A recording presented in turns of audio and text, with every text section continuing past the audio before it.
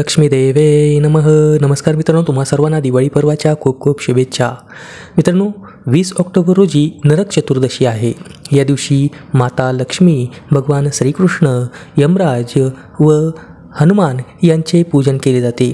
धार्मिक मान्यतेनुसार नरक चतुर्दशीच्या दिवशी भगवान श्रीकृष्णाने नरकासुराचा वध केला होता आणि त्याच्या कैदेतून स्त्रियांना मुक्त केले होते. म्हणून दरवर्षी अश्विन महिन्याच्या कृष्ण पक्ष चतुर्दशीला नरक चतुर्दशी साजरी केली जाते. यालाच छोटी दिवाळी देखील म्हटले जाते. आणि या नरक चतुर्दशीच्या दिवशी अभ्यंग स्नानाचे महत्त्व आहे. तसेच नरक चतुर्दशीच्या रात्री प्रदोष काळामध्ये यमदीपदान देखील केलं जातं. तर मग हे अभ्यंग स्नान या दिवशी कसं करायचं, कधी करायचं, तसेच यमदीपदान कधी करायचं व ते कसं करायचं त्याविषयीची संपूर्ण माहिती या व्हिडिओमध्ये जाणून तसे व्हिडिओ शेवटपर्यंत नक्की पाहा. चॅनल नवीन असाल तर चॅनलला सबस्क्राईब करा, व्हिडिओला लाईक करायला विसरू नका.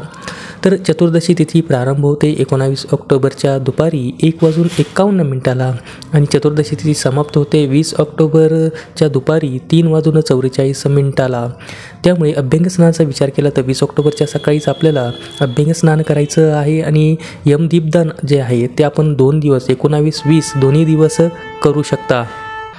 तर अभ्यंग स्नानाची जी वेळ आहे ती 20 ऑक्टोबरच्या पहाटे 5:13 ते 6:25 आहे. या दरम्यान आपण अभ्यंग स्नान करायचं आहे. तर हे अभ्यंग स्नान नेमकं कसं करायचं, तर या दिवशी आपण सकाळी उठायचं आहे आणि या मुहूर्तामध्ये आपण काय करायचं, तेल आणि उटणं एकत्र करायचं आहे आणि ते एकत्र केलेलं तेल उटणं आपल्या सर्वांगाला लावायचं आहे. त्याआधी जे अभ्यंग स्नान करण्यापूर्वी व्यक्तीला टिळा लावायचा आहे व उटणं लावल्यानंतर 2 तांबे अंगावर पाणी घ्यायचं आहे व त्यानंतर आघाडा किंवा टाकळाची फांदी घेऊन 3दा डोक्यावरून फिरवायची आहे आणि अभ्यंग स्नान झाल्यावर पुन्हा त्या व्यक्तीस ओवाळायचं आहे, औक्षण करायचं आहे. आता सायंकाळच्या वेळी प्रदोष काळामध्ये जे यमदीपदान आहे ते करायचं आहे. तर ते यमदीपदान कधी करायचं, तर सायंकाळी 5:47 ते 7:03 या प्रदोष काळामध्ये ते आपल्याला यमदीपदान करायचं आहे. तर यमदीपदान करत असताना आपण पाहिलं की धनत्रयोदशीच्या दिवशी एकमुखी दिव्याने यमदीपदान केले जातं. तर नरक चतुर्दशी आणि बलिप्रतिपदा आहे या दिवशी आपल्याला चौमुखी दिव्याने यमदीपदान करायचं असतं. तर मग या दिवशी आपल्याला चौमुखी दिवा घ्यायचा आहे. चौमुखी दिव्यामध्ये जे सरसोचं तेल म्हणजेच मोहरीचं तेल टाकायचं आहे आणि त्यामध्ये 4 दिशेला 4 अशा वाती लावायच्या आहेत. 2 अखंड वाती घ्यायच्या, 4 दिशेला 4 असे मुख होईल अशा पद्धतीने ते लावायचं आहे आणि त्या प्रज्वलित करायच्या आहेत. त्या याच्यासाठी दिव्यासाठी एक प्लेट घ्यायची आहे, त्याच्याखाली तांदूळ टाकायचे आहेत, त्यावर त्याला आसन म्हणून तो द्यायचा आहे. पूजन करायचं आहे, फूल अर्पण करायचं आहे, अक्षता अर्पण करायचं आहे, गंध लावायचा आहे पूजन करून.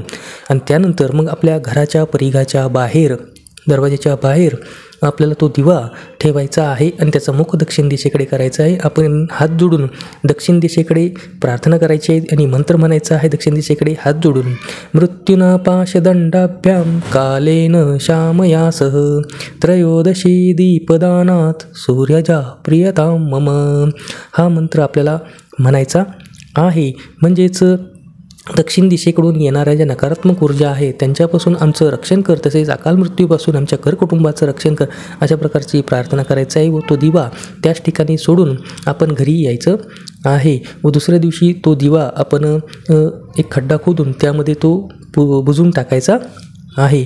अशा पद्धतीने आपण हे नरक चतुर्दशीच्या दिवशी चौमुखी दिव्याचं यमदीपदान अवश्य करायचं आहे. तसेच या दिवशी आपण 14 दिवे प्रज्वलित करायचे आहेत आणि 14 दिवे संपूर्ण आपल्या मुख्य दरवाजाला असेल, गोठ्यामध्ये असेल, तुळशीत, जे महत्त्वाचे ठिकाणं आहेत देवाऱ्यामध्ये, सर्व ठिकाणी ते 14 दिवे लावायचे आहेत. अशा पद्धतीने आपण नरक चतुर्दशीच्या दिवशी अभ्यंग स्नान व यमदीपदान विधी संपन्न करायची आहे. तर मित्रांनो, आजचा व्हिडिओ आपल्याला आवडला असेल तर आवडल्यास लाईक करायला विसरू नका. हा व्हिडिओ आपल्या परिवारांना देखील शेअर करा, जेणेकरून त्यांना देखील याची माहिती होणार आहे. धन्यवाद.